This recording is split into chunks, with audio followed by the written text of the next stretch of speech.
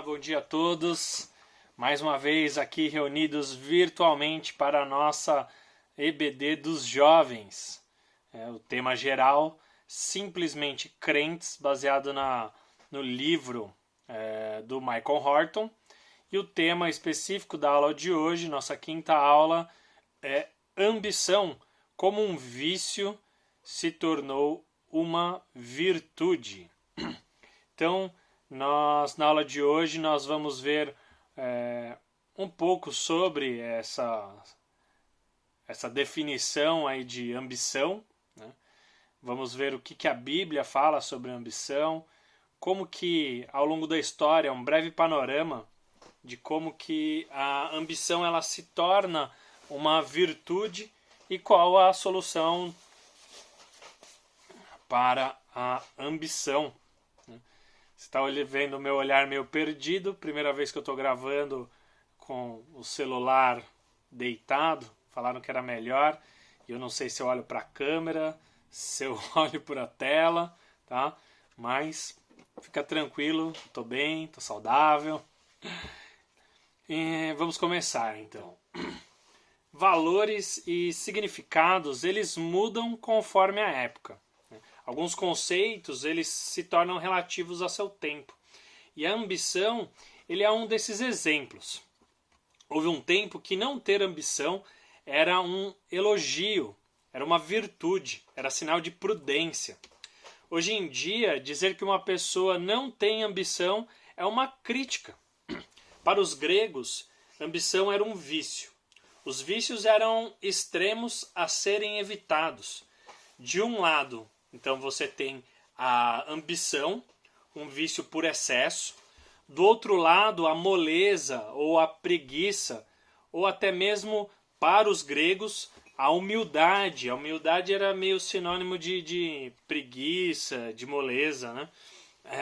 Então, do outro extremo, era também um vício por deficiência. A virtude a ser cultivada era a prudência, o meio termo. Porém, em nossos dias a ambição se tornou algo necessário. Para se tornar um bom profissional e ganhar destaque no mercado, você precisa ser ambicioso. Você já deve ter visto em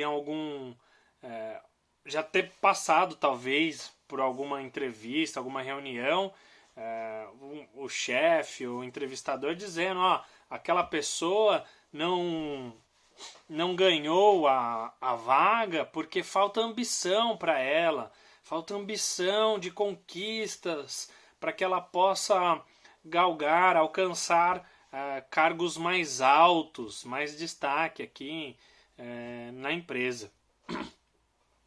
Então, a ambição ela se tornou um skill do currículo, né? Palavrinha da moda, uma habilidade, uma competência que te leva além da mediocridade. Mas será que é isso mesmo? A ambição controlada é um mal necessário para combater a preguiça e a mediocridade?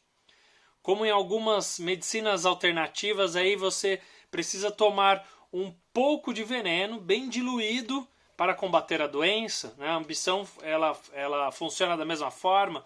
Você precisa de um pouco de ambição controlada para vencer na vida? Eu acredito que não. Por definição, ambição ela é um forte desejo de poder, riquezas, honras e glórias, né? Às vezes é sinônimo de cobiça, que é inclusive aquilo que o 10º mandamento nos ajuda a prevenir, a controlar, né? Não cobiçarás. Podemos pensar na ambição como um anseio veemente de alcançar algum objetivo. Então você anseia alguma coisa, você deseja determinado objeto e você prossegue e persevera para alcançar aquele determinado alvo. Se nós temos essa definição em mente, isso é natural, né? Isso não é anormal, isso é natural a nós portadores da imagem de Deus. Deus, ele nos criou em justiça para estender o seu reino até os confins da terra. Assim, glorificar a Deus e ter nele prazer era objeto e alvo de Adão e Eva, enquanto eles amavam e serviam um ao outro com grande satisfação. Contudo, Adão ele aspirou algo a mais. Em sua ambição de ser igual a Deus, ele desejou ser autônomo, suficiente, ele desejou ser igual a Deus. E então ele desobedeceu a Deus, e desde então nós distorcemos nosso objetivo de excelência. Nós vimos que excelência, nas aulas passadas, excelência é fazer algo para a glória de Deus e para benefício de nosso próximo. Isso é realizar algo com excelência, né?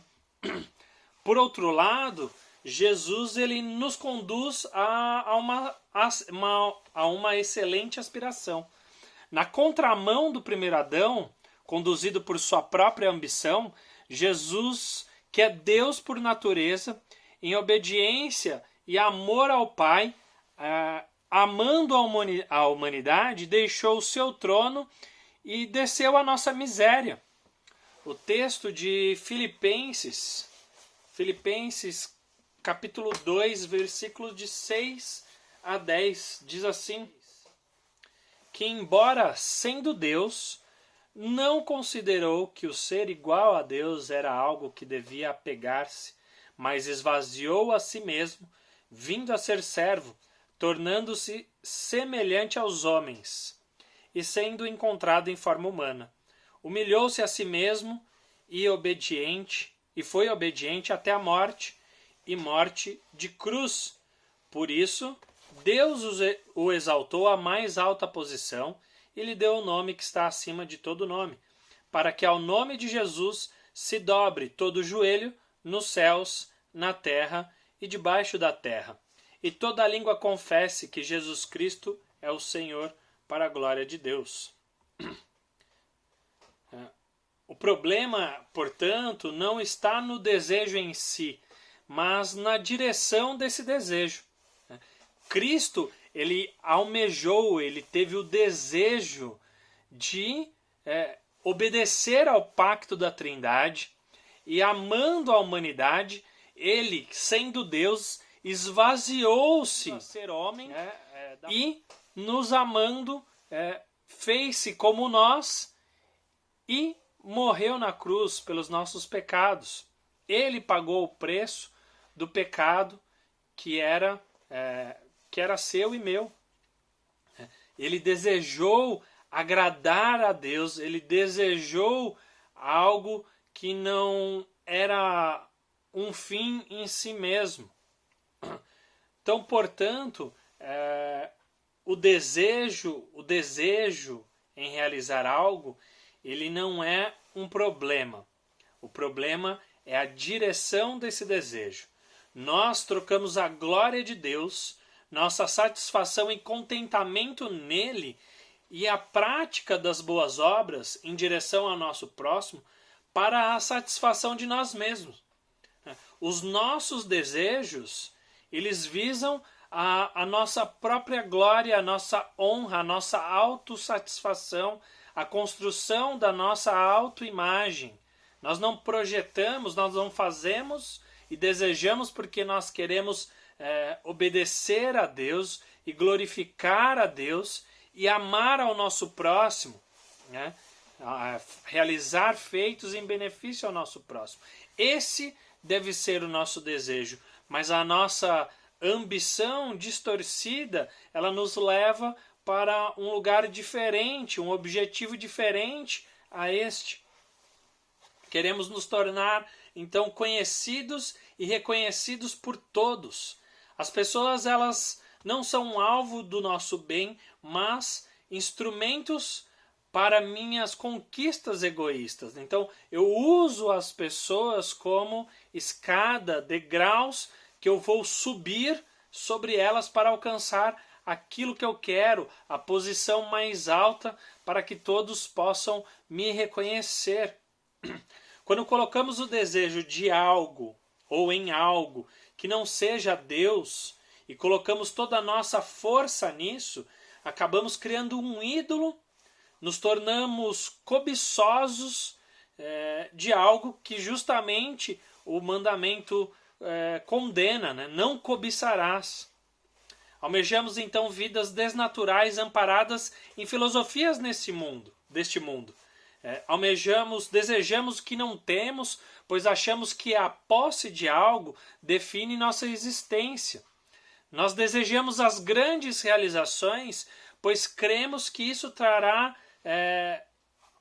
significado à nossa existência. Então nós buscamos sempre deixar a nossa marca, realizar feitos épicos, porque isso trará significado. Eu deixei a minha marca no mundo. Isso define a minha existência aqui na Terra. Porém, consumismo e existencialismo, eles não são a resposta de nossa existência. Nossa existência ela está amparada em Deus. Nossa vida deve ser encontrada em Cristo. Deus deve ser o alvo de nosso desejo e o significado de nossa existência. O restante é vaidade e futilidade, assim como diz o sábio em Eclesiastes. Devemos encarar essa realidade, né? Nós somos pecadores que carecemos da glória de Deus, sendo justificados gratuitamente. Somos, portanto, receptores do maior feito em nossas vidas. Nós não realizamos o maior feito em nossas vidas. Foi Deus em Cristo Jesus que realizou o feito mais extraordinário que já existiu. E esse feito que dá sentido e significado à nossa vida.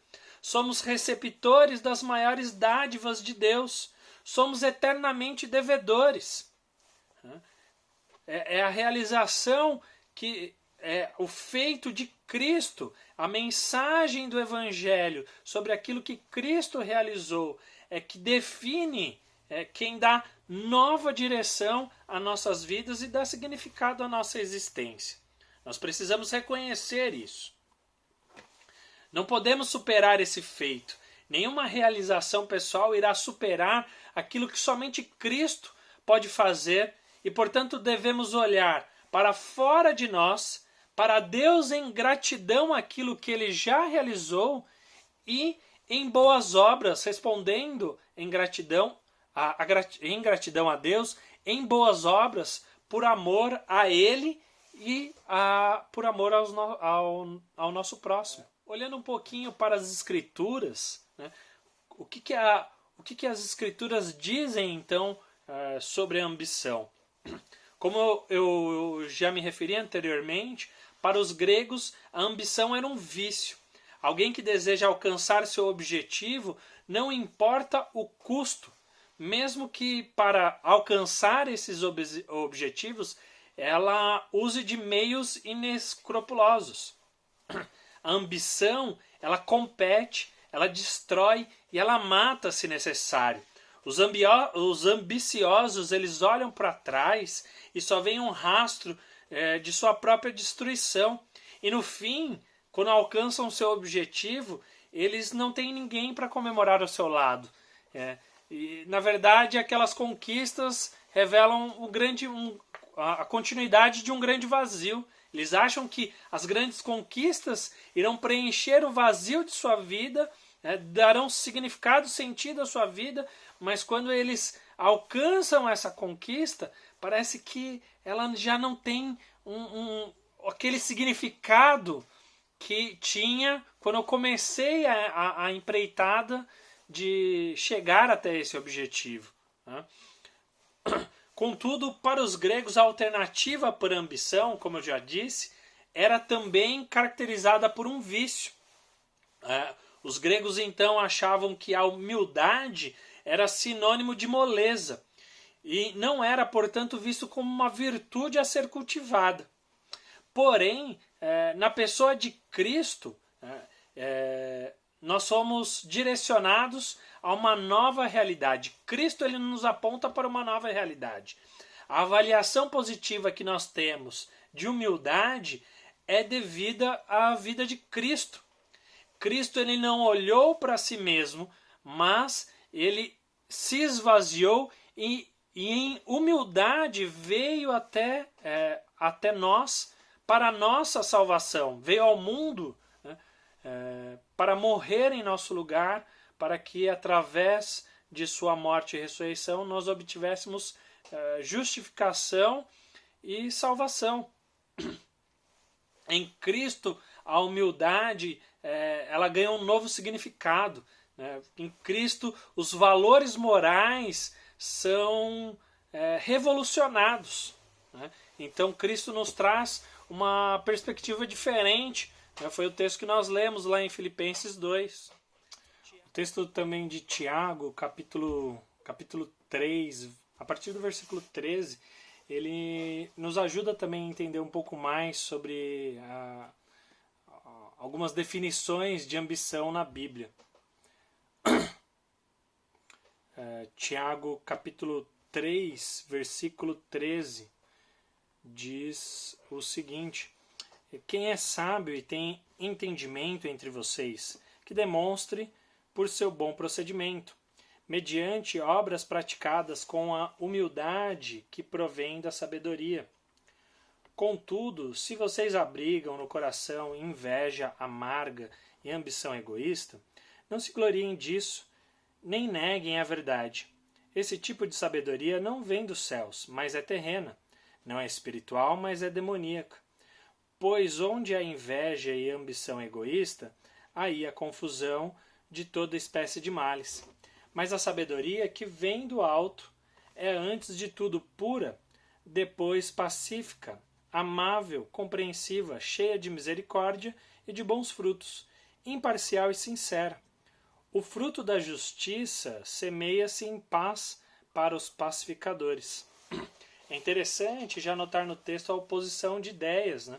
A ambição egoísta, aí definida por Tiago, versus o fruto da justiça que semeia-se em paz para os pacificadores. Nós vemos então que essa ideia de ambição egoísta, definida aí pela palavra grega eritheia, né? A palavra usada para esse tipo, para caracterizar essa ambição egoísta, ela dá fruto ao quê? A rivalidade, a competição, a destruição e não a unidade. É possível perceber isso também por meio de outras traduções. Veja, eu acabei de ler na NVI, pegando outra versão aqui, a nova atualizada, ela diz no versículo 14, se pelo contrário vocês têm em seu coração inveja amargurada e sentimento de rivalidade. Né? Sentimento de rivalidade é o que na NVI é traduzido por ambição egoísta, ou seja, essa ambição egoísta ela é em si um desejo, uma ambição que traz rivalidade, que traz competição, que traz rixa e não unidade, que é aquilo que nós desejamos na Igreja de Cristo. Tiago define no 15, esse tipo de sabedoria não vem dos céus, mas é terrena, não é espiritual, mas é demoníaca, e onde há inveja e ambição egoísta, aí confusão de toda espécie de males. Né? Então a ambição aqui sendo caracterizada por Tiago como algo realmente negativo, um desejo de colocar-se acima do outro, né? Não importam as consequências. Né? Então isso é ambição egoísta, é um mal a ser combatido.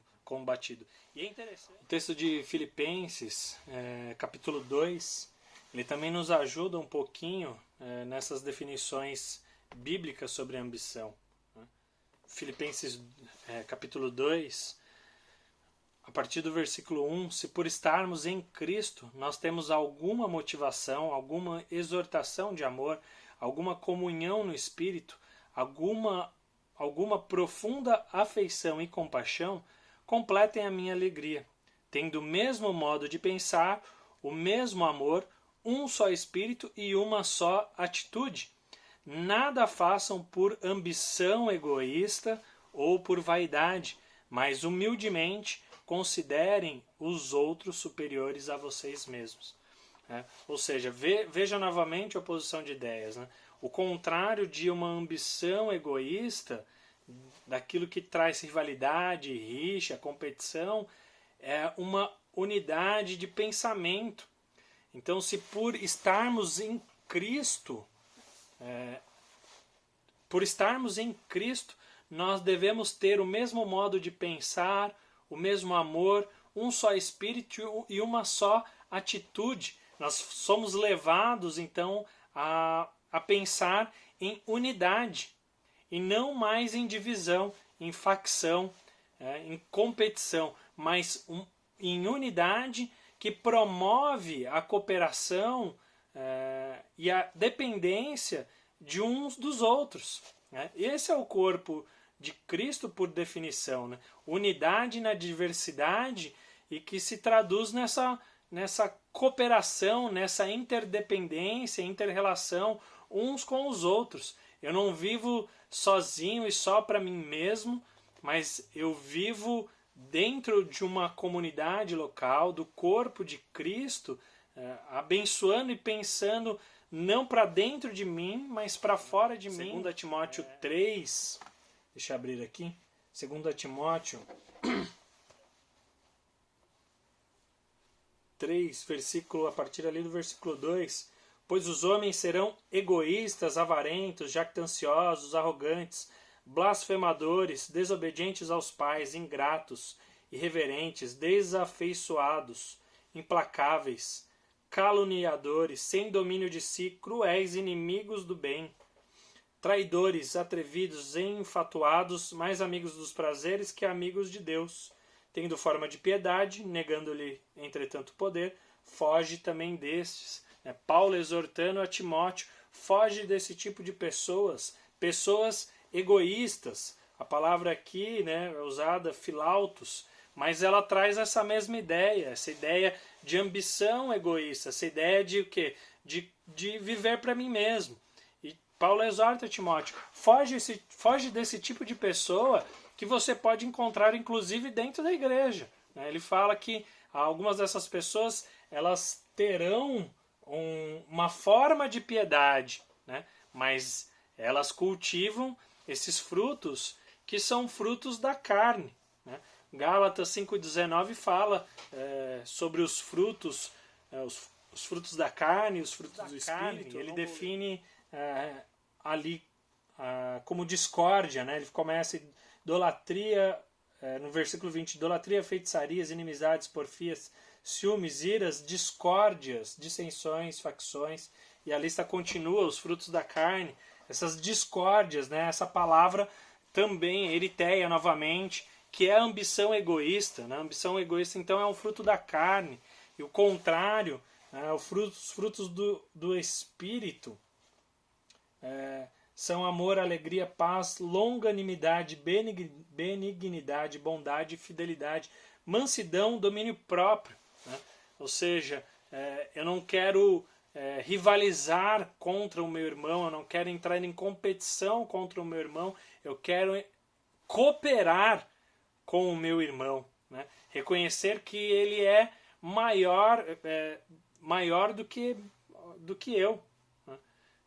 Ter essa atitude é fruto do Espírito e não fruto da carne. Na Bíblia nós vemos muitas definições negativas de ambição. Né? Mas nós temos algo que talvez seja relacionado aí a uma ambição positiva, no sentido de ser um anseio, um desejo, uma vontade de fazer aquilo que é correto, de atingir o alvo. Né? Paulo, por exemplo, ele anseia em pregar o Evangelho e ele tem um forte desejo por pregar o Evangelho. Assim, no texto de Romanos 1, ele fala, é o meu desejo, eu estou pronto para pregar o Evangelho. Ele tem esse desejo, essa vontade. Aos textos também de Romanos 12, 1 Coríntios 12, né? Que dão essa ideia de unidade, de coesão, né? Contrária as ambições egoístas. O corpo de Cristo funciona não pela ambição egoísta de cada parte, de cada membro do corpo, mas ele funciona através da cooperação de cada membro do corpo, trazendo então unidade e coesão ao corpo de Cristo, né? Unidade na diversidade, não uniformidade.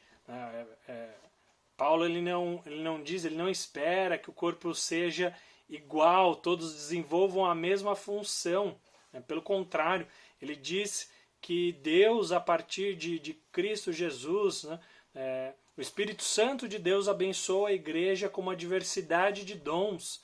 Pessoas então são vocacionadas a realizarem atividades diferentes, né, dentro da comunidade da igreja, da comunidade eclesiástica. Nós possuímos diversos chamados. Possuímos chamados diferentes na igreja através da diversidade de dons. Nós somos abençoados com dons espirituais e devemos servir na igreja para que nenhum dom seja encontrado em falta, né? Para que não falte nada à igreja. Todos devem cooperar e usar seus dons espirituais para a edificação do corpo, para a unidade e coesão desse corpo. Então, o corpo não funciona por ambições egoístas, e Paulo ele exorta justamente, exorta principalmente nesse sentido, em 1 Coríntios 12, porque o contexto da igreja dos coríntios era justamente que eles procuravam, por ambições egoístas, eles desejavam os melhores dons, né, os dons espirituais mais chamativos. Eles procuravam, eles queriam o quê? Falar em língua, eles queriam entrar em êxtase espiritual, porque isso traria notoriedade a eles. Então eles estavam olhando para dentro de si mesmos e não para a edificação do corpo. Eles queriam os dons para que os dons servissem a eles e não à igreja, né? E Paulo condena esse tipo de atitude. A atitude correta na distribuição de dons, nós podermos cooperar uns com os outros dentro da igreja para abençoar as pessoas e edificar o corpo de Cristo. Então, no corpo de Cristo, nós somos tanto receptores das bênçãos de Deus, como também distribuidores das bênçãos de Deus, né? Essa é a dinâmica que Paulo aí estabelece. Paulo, inclusive, ele traz um exemplo até engraçado, né? Ele fala, imagine se no seu corpo o dedo não quisesse ser mais dedo, ele quisesse ser olho, né? Imagine se todo mundo quisesse ser olho. Imagine se o seu pé não quisesse mais ser pé e ele quisesse ser mão, né? Isso traria um desequilíbrio ao corpo, né? As partes não funcionariam no todo, né? Não existiria mais unidade e coesão. Então, o equilíbrio dentro do corpo é que cada um respeite a sua vocação e o seu chamado dentro daquilo que Cristo, que Deus dispôs diante de nós, né? Aos chamados, obedecemos aos chamados de Deus, às vocações para a qual nós somos chamados por Deus a efetuar. Vamos pensar agora um pouco nesse panorama, esse breve panorama, de como algo que a Bíblia diz que é um vício e que os escritores, né, a filosofia clássica diz também que era um vício, como que a ambição, que era um vício, ela se torna então uma virtude. Então, desde a antiguidade, a ambição era associada ao orgulho, né? Nós vemos já na patrística, né, nos pais da igreja, essa definição, essa associação. Ambrósio, bispo de Milão do IV século, chamou a ambição de peste escondida. Agostinho ele advertiu sobre o desejo de dominar a corrupção da boa mordomia que Deus confiou à humanidade. Tomás de Aquino ele identificou a ambição como um pecado. E os reformadores, eles tanto concordavam com essas ideias que a ambição era alvo frequente de seus escritos e sermões. Inclusive são os escritos dos reformados, nas notas da Bíblia de Genebra, que são sobre a ambição, que influenciaram na literatura de sua época, como por exemplo o vilão ambicioso Macbeth de Shakespeare, que teve a ambição de se tornar rei. A virada da ambição, então, como algo que deve ser cultivado, algo que é natural ao homem, se dá através da cultura, da literatura e da filosofia. Shakespeare ele joga glacê na ambição, na definição de ambição em Hamlet. E ele define ele traz uma definição, a seguinte definição: sonhos são, na verdade, a ambição, pois a própria substância dos ambiciosos é mera sombra de um sonho. Considero a ambição como sendo de qualidade tão airada e leve que é apenas sombra de uma sombra. Por sua vez, Nietzsche ele trata já a ambição como algo além, né? Algo realmente que deve ser desejado e cultivado.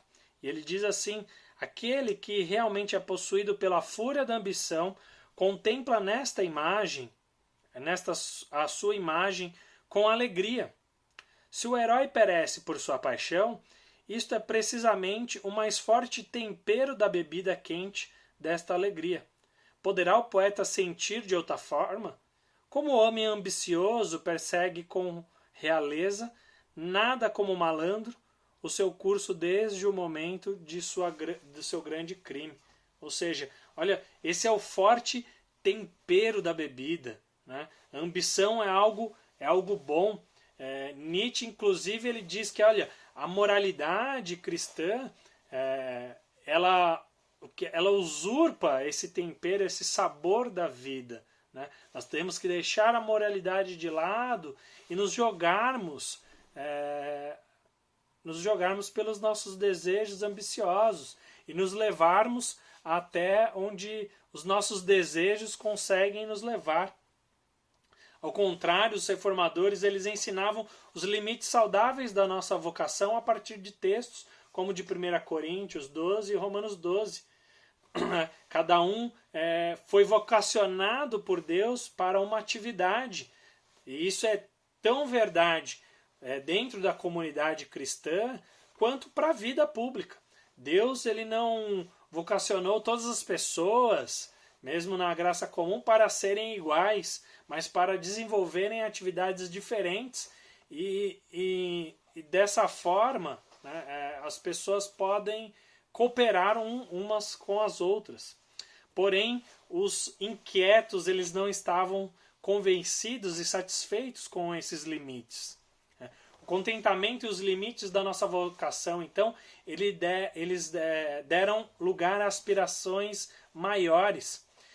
Queremos que o nosso futuro se torne qualquer coisa que desejamos e que queremos. Nós podemos nos tornar qualquer coisa, ainda que após a conquista nós nunca estejamos satisfeitos. Já no século XVII, a cobiça veio se tornar inevitável, a ambição veio se tornar inevitável, né? Ela deveria, então, portanto, ser redirecionada para formas socialmente mais construtivas. Eles diziam assim, né? A ambição tem de ser feita para contradizer a ambição, né? Então aquela ideia realmente nessas medicinas alternativas, né? Toma-se um pouquinho do veneno bem diluído para combater a doença. Então eu uso da ambição controlada e moderada para combater a ambição. As grandes navegações apontam para essa domesticação da ambição. É claro que exploradores e colonizadores também eram impelidos por motivos nobres também. Mas nós vemos também na colonização a face cruel da ambição nessa exploração. Nós vemos aí povos sendo dizimados, explorados, escravizados, né? Eu quero conquistar, não importa como, não importa os meios, né? Hoje a ambição ela não é mais um pecado a ser confessado. Ela se tornou algo comum. Todos desejam ser grandes, todos são impulsionados à realização pessoal. E a realização pessoal, ela se tornou um fim em si mesmo. A competição, custe o que custar, é o que vimos nos reality shows, né? Dividir e conquistar. Não importa por cima de quem eu preciso passar. Nós vemos essa realidade cruel nos reality shows, né? Nós gostamos, às vezes nós até gostamos disso, né? Nós vemos pessoas passando por cima de outras pessoas, sabotando o plano de outras pessoas para que elas possam conquistar o grande prêmio, a grande conquista, né? Dividir e conquistar. Deus e o próximo perderam a vez nas realizações, nos atos das nossas vidas. A ambição, então, convertida em virtude, agora ela é estimulada como o troféu daqueles que são os grandes vencedores. Então criou-se esse estado de descontentamento perpétuo. As pessoas não têm mais contentamento com as coisas. Elas estão sempre descontentes, buscando sempre algo além, um feito fora do comum, um feito que deixe a sua marca aqui na Terra. Nós vimos também nas aulas anteriores que as pessoas estão sempre inquietas esperando o próximo grande acontecimento, né? Não há mais contentamento, apenas descontentamento. Qual a solução, então, para a ambição? A solução é simples, é morte e ressurreição.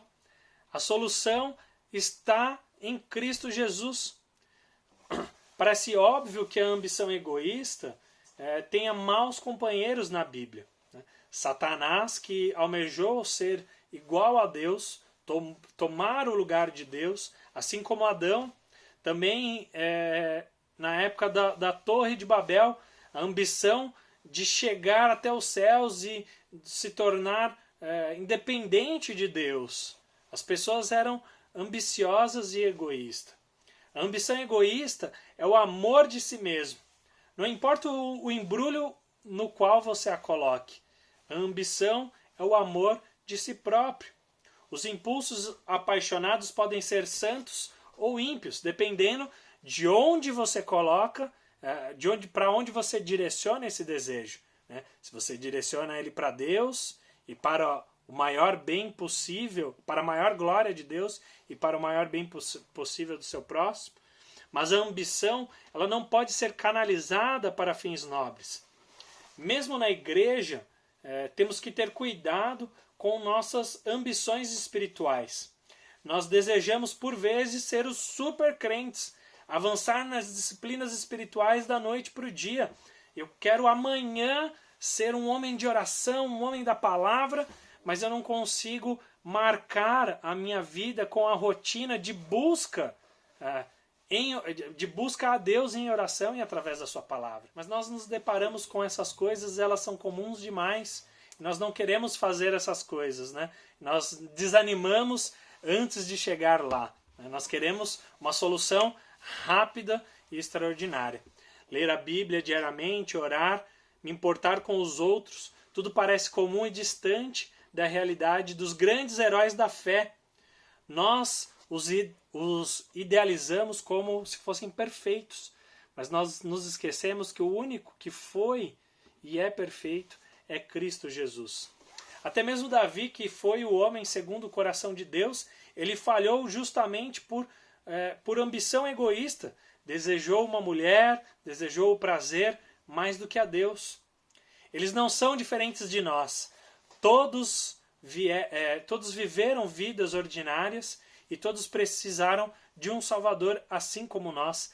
É essa a nossa solução, Cristo Jesus. Assim como eles, nós precisamos dessa solução, Cristo. Cristo, a sua morte e ressurreição, ele é a solução para a nossa ambição. É tomar a Cristo como exemplo de nossas vidas. Não podemos descartar, portanto, aquilo que é central, Cristo e a mensagem do Evangelho. A mensagem do Evangelho tem sido deturpada para algo mais palatável e que responda às nossas ambições pessoais. A.W. Tozer, ele afirma que a nova cruz não mata o pecador, ela redireciona. Ela o conduz a um estilo mais limpo e feliz da vida, salvando o seu respeito pessoal. Ao que procura autoafirmação, ela diz: venha se afirmar por Cristo. Ao egoísta, ele diz: venha e se gabe no Senhor. Ao que busca empolgação, ele diz: venha desfrutar da maravilhosa comunhão cristã. A mensagem cristã é inclinada na direção da moda atual, a fim de torná-la aceitável ao público. Ou seja, toda a relação cristã, a mensagem da cruz de Cristo é deturpada para que na comunidade cristã nós não tenhamos que servir, mas a mensagem, a comunidade é que nos sirva, e nós nos gabamos dessas coisas. Nós nos gabamos de frequentar a melhor igreja, dos melhores pregadores, da melhor comunidade, da melhor comunhão. Nós nos gabamos diante da sociedade, nós somos melhores do que vocês, né? Ao invés de desenvolvermos uma vida de piedade e de humildade, buscando o bem do nosso próximo, de levar a verdadeira mensagem do Evangelho para essas pessoas que ainda não conhecem a Cristo Jesus. O ponto principal dessa breve análise é nos lembrar que nossos hábitos eles não são simplesmente formados por nossas crenças, né? Nossas crenças também são formadas pelo que nós, não apenas como indivíduos, mas como uma sociedade que evolui com o passar das gerações, chegamos a aceitar e desejar como bom e verdadeiro e como belo. No final, nós temos que decidir em que história realmente nós cremos. Será que a ambição, nós vamos acreditar que a ambição é algo virtuoso, é algo benéfico? Ou nós vamos olhar e redirecionar nossos olhares para a Bíblia e para a tradição cristã e ver que a ambição egoísta é algo que deva ser descartado porque ela é negativa e traz prejuízo tanto para a vida individual, a vida pública, como também para a vida em comunidade, em família ou na igreja. Até mesmo as coisas boas podem ser corrompidas. E é exatamente por isso que nós precisamos morrer. Na verdadeira versão da história do Evangelho, aprendemos que todos morrem a fim de serem ressuscitados como membros vivos da nova criação, justificados, adotados, ressuscitados com Cristo, que nos fez assentar nos lugares celestiais em Cristo Jesus. O texto de Efésios 2, 6 e 7. Estamos encerrando, portanto, essa aula agora. Vamos orar e assim encerraremos a nossa aula. Senhor Deus, muito obrigado por esse tempo tão precioso. Obrigado porque o Senhor tem nos ajudado a refletir sobre uma vida de simplicidade. Uma vida onde nós nos contentamos em ser simplesmente crentes. Obrigado a Deus porque a sua palavra ela é tão rica, Deus. Ela é tão eficaz, ela é tão útil que ela nos traz de volta à realidade e ao padrão bíblico. Nos traz aquilo que o Senhor deseja que nós descartemos de nossas vidas, como é a ambição. Nós vemos na Tua palavra como a ambição ela é prejudicial à nossa vida, como a ambição é prejudicial à vida e à unidade da igreja. Que possamos, ó Deus, sermos contraculturais nesse sentido. Que em relação à ambição, de fato, nós possamos ser rebeldes e radicais, descartando completamente a ambição. E que o nosso desejo, ele seja exclusivamente um desejo de honrar e glorificar o Seu nome sobremaneira e aproveitar as oportunidades que nós temos de praticar as boas obras em favor dos nossos próximos. Nos ajude, nos acompanhe e nos guarde. Em nome de Cristo Jesus que nós oramos. Amém, Senhor.